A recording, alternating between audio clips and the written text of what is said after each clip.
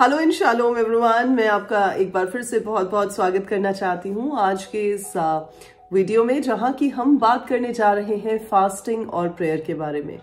यानी कि उपवास और प्रार्थना कैसे करनी चाहिए, उसके क्या मायने होते हैं, उसमें आपको किन बातों का ख्याल रखने की जरूरत है और कौन सी ऐसी चीजें हैं जो परमेश्वर को भाती हैं और कौन सी ऐसी चीजें हैं जिनसे परमेश्वर घृणा करते हैं, the things that God does not like. So I am sure आपने अभी तक फास्टिंग के बारे में काफी चीजें सीखी होंगी, पर कई ऐसी चीजें हैं जो आज मैं आपके सामने शेयर करने जा रही हूँ। फास्टिंग प्राइमरीली क्या होती है कि जब हम अपने सबसे बेसिक रिक्वायरमेंट जो बॉडी की होती है खाने की, उससे थोड़े समय के लिए अलग करते हैं, उससे अपना फोकस थोड़े टाइम के लिए अलग करते हैं और अपने पूरे ध्यान और पूरे फोकस को हम परमेश्वर पर लेकर जाते हैं। उस टाइम में हम खाने की बजाय परमेश्वर के वचन के ऊपर मेडिटेट करते हुए उस टाइम को बिताते हैं, बजाय इसके कि ये सोचने को कि अगले मील में हम क्या खाएंगे, कहाँ जाएंगे, कहाँ पर डिनर करेंगे, कहाँ पर लंच करेंगे। उन चीजों से ध्यान हटाते हुए हम इस बात पर तवज्जो ज्यादा देते हैं कि वचन हमसे क्या बात करना चाहता है, हमारी स्पिरिचुअल लाइफ्स कैसे ग्रो हो सकती हैं, कैसे हम अपने आत्मिक जीवन में उन्नति कर सकते हैं। सो फास्टिंग का अगर देखा जाए तो अलग अलग तरीका होता है। कई लोग कुछ दिनों की फास्टिंग करते हैं, कई कुछ घंटों की फास्टिंग करते हैं, कई कुछ महीनों के लिए, कई लोग कुछ सालों के लिए भी फास्टिंग करते हैं। So fasting is anything that is very dear to you, something which is very close to your heart, something which is your necessity and a basic requirement of your life and your body। तो आप उसको अपनी life से कुछ समय के लिए अलग करते हैं ताकि आप परमेश्वर को उस समय में, परमेश्वर की बातों को और वचन को और प्रार्थना को उस समय में एक प्रायोरिटी बना सकें। सो फास्टिंग इज प्रॉबेबली सबसे इजी तरीके में अगर मुझे आपको समझाना हो तो ये है। फास्टिंग करने के अलग अलग इंटेंशंस होते हैं। कई लोग उसे एज अ डाइटरी थिंग समझते हैं कि चले इतने दिन खाना इतना हैवी खा लिया तो अब थोड़ी फास्टिंग पे चले जाते हैं, तो अपनी डाइट कंट्रोल कर लेंगे और साथ ही साथ थोड़ा सा मुंह पर ताला लगा लेंगे और अपनी जो है बॉडी को वापस से नॉर्मल शेप में ले आएंगे। कई लोग इस मनसा से करते हैं कि उन्हें स्पिरिचुअल ग्रोथ चाहिए, कई लोग अपने आप को हम्बल करने के लिए करते हैं, कई लोग परमेश्वर की नजदीकी में बढ़ने के लिए करते हैं, कई लोग किन्हीं बहुत डिफिकल्ट फैसलों को लेने से पहले परमेश्वर की विजडम को पाने के लिए करते हैं। So there are many instances where people of God have fasted for different situations, different circumstances, to see the favor of God, to see the hand of God moving on their behalves when they go into the time of fasting. So आज मैं उन चीजों के बारे में नहीं आपके साथ शेयर करूंगी, रादर जो मैं शेयर करूंगी वो थोड़ा सा डिफरेंट होने वाला है। ऐसी कौन सी फास्टिंग है जो परमेश्वर को भाती है और ऐसी कौन सी चीज है या फास्टिंग है जो परमेश्वर को नहीं अच्छी लगती, आज मैं प्राइमरीली इसके ऊपर बात करने जा रही हूँ। देखिए, जब आप यशायाह नबी की किताब उसके चैप्टर नंबर 58 को पढ़ते हैं तो मैं चाहती हूं कि आप एक बार मेरे साथ इसे निकाल लीजिए कि फास्टिंग है क्या, what is the kind of a fast, कैसा उपवास है जो परमेश्वर को पसंद है। तो वो मैं आपके साथ शेयर करूंगी। 5th आयत से पढ़ेंगे, 58 चैप्टर यशायाह की 5 वर्स, जहां लिखा है, जिस उपवास से मैं खुश होता हूं, अर्थात जिससे मनुष्य स्वयं को दीन करे, क्या तुम इस प्रकार करते हो। सबसे पहला यही मोटिव रहना चाहिए कि आप अपने आप को नम्र, अपने आप को दीन कर दें, आप अपने आप को परमेश्वर के सामने हम्बल कर दें, जीरो कर दें, इस बात को दिखाते हुए कि प्रभु, मैं जो कुछ भी हूं मैं आपकी वजह से हूं, मैं जो कुछ भी होना चाहता हूं आप ही की वजह से होना चाहता हूं और मैं जो कुछ भी पाना चाहता हूं बिना आपके नहीं पा सकता। So when you humble yourself in front of God, जब आप परमेश्वर की आईज में अपने आप को दीन कर देते हैं, वो फास्ट है जो परमेश्वर को पसंद आता है। और यहाँ पर लिखा है, क्या सिर को झाऊ के समान झुकाना, अपने नीचे टाट बिछाना और राख फैलाने को ही तुम उपवास और यहोवा को प्रसन्न करने का दिन कहते हो। और यहाँ पर आगे लिखा है कि जिस उपवास से मैं खुश प्रसन्न होता हूं, वे क्या ये नहीं कि अन्याय से बनाए हुए दासों और अंधेर सहने वालों का जुआ तोड़कर उनको छुड़ा लेना और सब जुओं के टुकड़े टुकड़े कर देना। यानी सबसे पहली चीज जो परमेश्वर कह रहे हैं कि कैसी फास्टिंग से परमेश्वर खुश होते हैं, कि जब आप किसी के लिए जस्टिस का कारण बनते हैं, जब आप किसी के लिए न्याय चुकाते हैं, जब आप किसी के लिए एक ऐसी पोजीशन में आकर खड़े हो जाते हैं जहां पर उन पर किए हुए अन्याय, उन पर की हुई इनजस्टिस, उन पर किए हुए गलत काम जो है उनको रिवर्स किया जा सके और उन्हें उस चंगुल में से बाहर निकाला जा सके। परमेश्वर कहते हैं मैं ऐसे फास्ट से खुश होता हूं, ऐसे उपवास से खुश होता हूं। तो अगली बात जो परमेश्वर कह रहे हैं कि अगर अंधेर सहने वाले, यानी किसी ने किसी के साथ कुछ गलत किया है और उस गलती की वजह से उसको उन्होंने बॉन्डेज में रखा है, तो अब उस बंदे का बॉन्डेज तोड़कर, उसके उन बॉन्डेजेस को तोड़कर परमेश्वर कहते हैं क्या उसको डिलीवर करना जो है वो सही फास्ट नहीं है? क्या वो चीज नहीं है जिससे परमेश्वर खुश होते हैं? एक और चीज लिखा है 7वीं आयत में कि क्या ये नहीं कि अपनी रोटी भूखों को बांट देना, अनाथ और मारे मारे फिरते हुओं को अपने घर ले आना, किसी को नंगा देखकर वस्त्र पहनाना और अपने जाति भाइयों से अपने को ना छिपाना। यानी यहाँ पर परमेश्वर लव, कंपैशन, केयरिंग, शेयरिंग के बारे में बात कर रहे हैं। कोई भी ऐसा जन जिसको आपकी मदद की जरूरत है, अगर आप उसके लिए अपने मदद का हाथ बढ़ाते हैं तो परमेश्वर कहते हैं कि ऐसा उपवास, ऐसा रोजा, ऐसी फास्टिंग परमेश्वर कहते हैं कि मुझे पसंद है। सो अब यहाँ पर आप क्या कर रहे हैं? आप खुद खाना नहीं खा रहे लेकिन आप किसी भूखे को खाना दे रहे हैं। That is something that God really is pleased with. तो यहाँ पर आप अपने अलग अलग फैंसी कपड़े पहनने के बारे में नहीं सोच रहे, लेकिन आप किसी ऐसे बंदे को जिसके पास कपड़े है ही नहीं है उसको आप क्लोथ करने के बारे में सोच रहे हैं और एफर्ट कर रहे हैं। That is something that God is pleased with. और फिर ऐसा है कि जिसके पास कोई सहारा नहीं है, जिसका कोई भी अपना नहीं है, कोई सपोर्ट नहीं है, उसको सपोर्ट करना, उसको खड़े करना, उसको रीबिल्ड करना, परमेश्वर कहते हैं क्या ये वो चीज नहीं है जिससे मैं खुश होता हूं? So these are the things जो परमेश्वर चाहते हैं कि उपवास में, फास्टिंग में आप करें। एक चीज और लिखी है, जब आप 8वीं आयत पढ़ते हैं तो लिखा है तब तेरा प्रकाश पौ फटने के समान चमकेगा और तू शीघ्र चंगा हो जाएगा, तेरा धर्म तेरे आगे आगे चलेगा, यहोवा का तेज तेरे पीछे रक्षा करता हुआ चलेगा। तब जब तू पुकारेगा तो क्या होगा? परमेश्वर उसका जवाब देंगे। आमीन। क्योंकि इससे पहले भी जो बात की गई है वो ये है कि परमेश्वर कहते हैं कि बहुत सारे लोग ऐसे हैं जो कहते हैं कि हमने फास्टिंग करी, हमने प्रेयर करी, पर आपने तो सुना ही नहीं। इसका मतलब हमारा वो सारा काम जो है वो वेस्ट गया। परमेश्वर कहते ऐसा जो मैंने बताया ये सब कुछ अगर तू करेगा तब तेरी आवाज, परमेश्वर कहते हैं, कि प्रभु तक पहुंचेगी। आमीन। और एक चीज और है, जब आप एजरा की किताब, आप प्रॉफिट एजरा की किताब पढ़ते हैं, वहां पर चैप्टर नंबर 8 को जब आप देखते हैं उसके 21 वर्स से मैं पढ़ने जा रही हूं। यहां पर एक्चुअली एक उपवास कैसा होना चाहिए, एक फास्टिंग का जो प्रोसेस है वो कैसा होना चाहिए, it is very beautifully explained in this. यहां ऐसा लिखा है, तब मैंने वहां अर्थात अहवा नदी के तट पर उपवास का प्रचार इस आशय से किया कि हम परमेश्वर के सामने दीन हो और उससे अपने और अपने बाल बच्चों और अपने समस्त संपत्ति के लिए सरल यात्रा मांगे। यहाँ पर अब एजरा जो है वो परमेश्वर की अगुवाई में होकर कोई काम कर रहे हैं और वो क्या कह रहे हैं? वो कह रहे हैं कि मैंने इस आशय से, यानी इस इंटेंशन के साथ, इसका मतलब कि आप जब फास्ट रखते हैं आपकी इंटेंशंस परमेश्वर के सामने मैटर करती हैं। What is your motive while going into that time of fasting is very important. दूसरी चीज यहां पर ये लिखी है कि परमेश्वर के सामने दीन होना। सो बेसिकली जो हमने यशाया नबी की किताब में भी पढ़ा और यहाँ पर भी हम पढ़ रहे हैं कि जब आप फास्टिंग में जाते हैं आप अपने आप को हम्बल करते हैं। अपने आप को हम्बल करने का मतलब है कि परमेश्वर को ऊंचा करना। परमेश्वर को ऊंचा करने का मतलब है कि अपनी जिंदगी की भागदौड़, अपनी जिंदगी के सफेर के हर एक पहलू को परमेश्वर के हाथ में दे देना, सो दैट वो उसको अच्छे से चला सके। और यहाँ पर भी ऐसा ही लिखा है कि अपनी और अपने बाल बच्चों की और अपनी समस्त संपत्ति के लिए।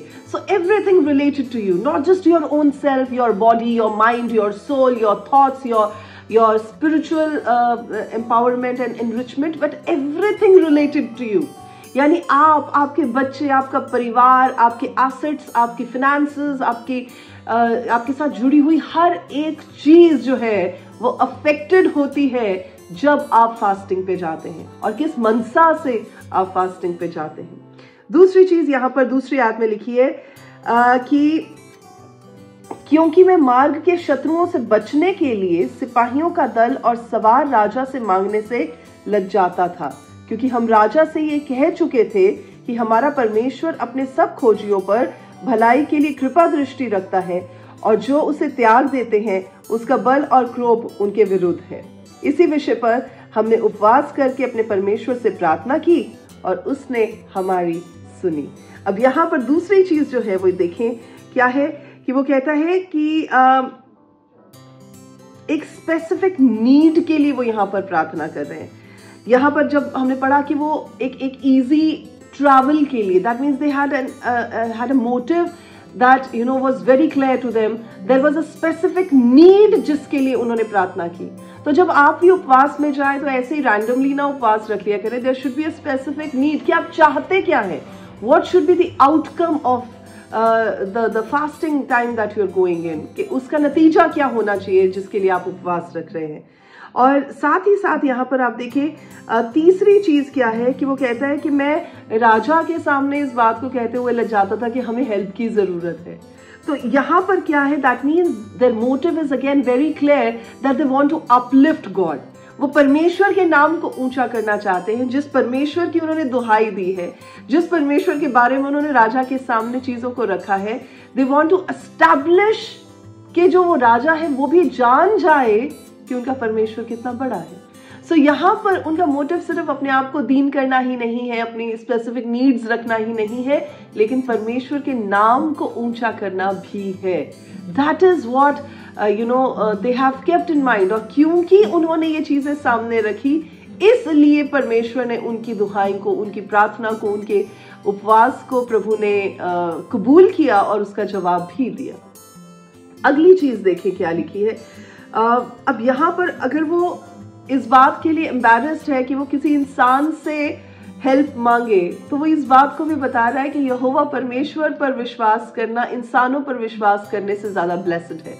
तो यहाँ पर वो इनडायरेक्टली एंड डायरेक्टली परमेश्वर ही को पुकार रहा है, इस बात को जानते हुए कि if God comes to their rescue it is going to be a huge testimony. और फोर्थ बात जो हम सीखते हैं यहाँ पर लिखी है कि उसने ऑलरेडी इस बात की घोषणा कर दी थी। He had already declared it to the king कि हमारा परमेश्वर हम पर फेवर करने वाला परमेश्वर है, because we are the God fearing generation। तो जो लोग परमेश्वर से डर कर रहते हैं, परमेश्वर के भय में चलते हैं, उनके ऊपर परमेश्वर का फेवर होता है।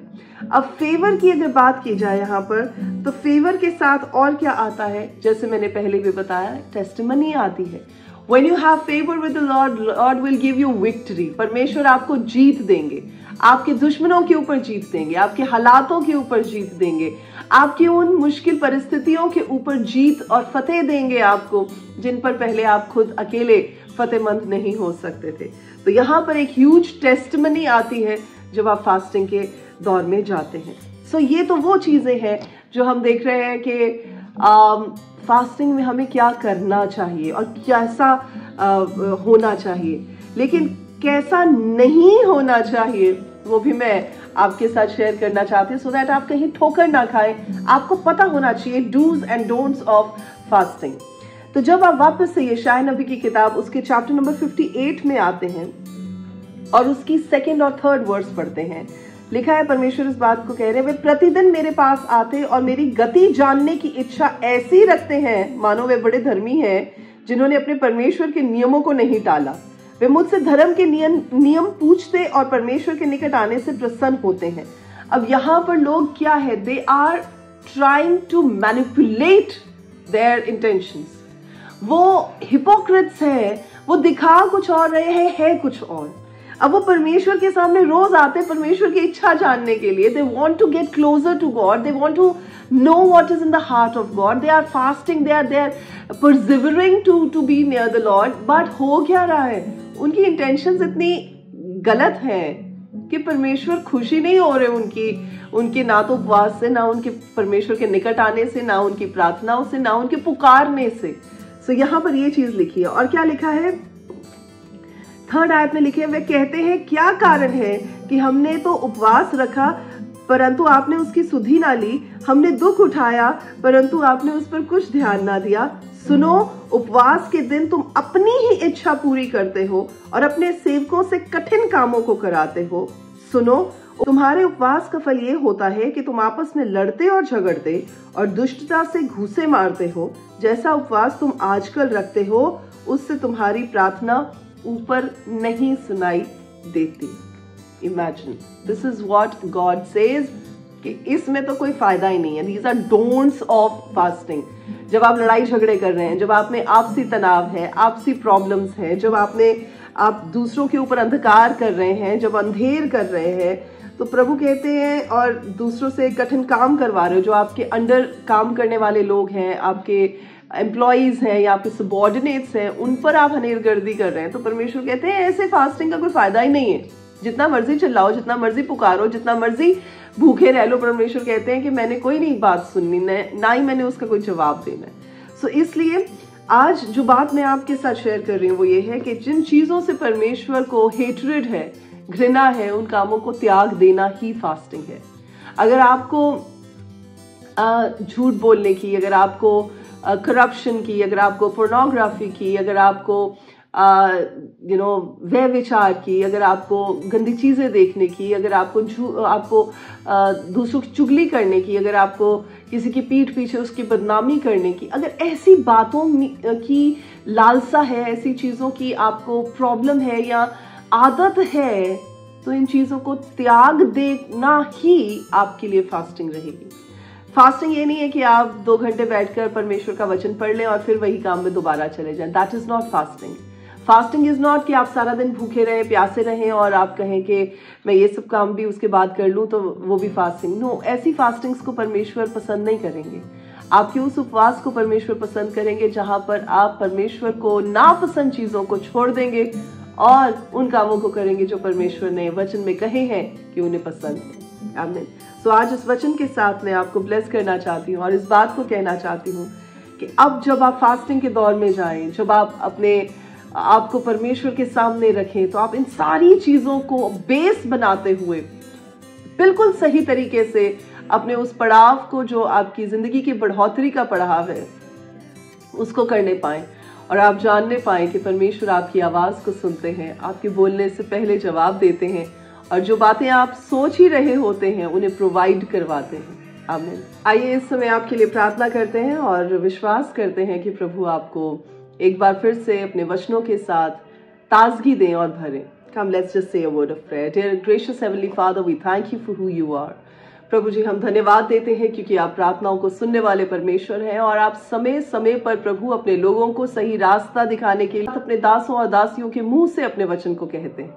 मेरे प्रभु, मैं प्रार्थना करती हूँ कि जितने भी भाई और बहनों ने आज का इस वचन को सुना है, होने दे ये वचन उनकी जिंदगियों में काम करे और जब वो फास्टिंग के दौर में जाए, जब वो प्रेयर के मोड में आए, तो होने दे खुदावन कि वो उन सब बातों का ख्याल रखें जो आपको पसंद है और जो नापसंद है।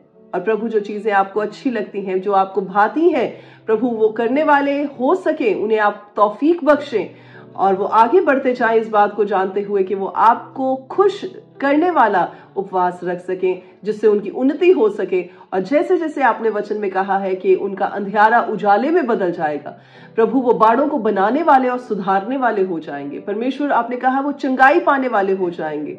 प्रभु, आपने कहा कि अपनी जिंदगी में जीत को और फतेह को हासिल करने वाले हो जाएंगे। तो होने दें कि ऐसा ही होने वाला हो सके। प्रभु, हम एक बार फिर से आपका धन्यवाद देते हैं। पवित्र आत्मा प्रभु, आपकी अगुवाई के लिए आपका धन्यवाद देते हैं और जितने भी हमारे भाई और बहन इस समय हमें देख रहे हैं, प्रभु उन सबों को ब्लेस करते हैं ताकि जब वो फास्टिंग में जाएं तो परमेश्वर उनकी मनसा, उनकी ह्यूमिलिटी, उनकी प्रार्थनाएं और उनकी बातें आपके सामने ग्रहण योग्य हो सके। धन्यवाद के साथ सारी महिमा आपके पवित्र नाम को देते हुए प्रभु यीशु के नाम से इस प्रार्थना को मांगते हैं और प्रभु के सब लोग कहते हैं आमीन। God bless you all.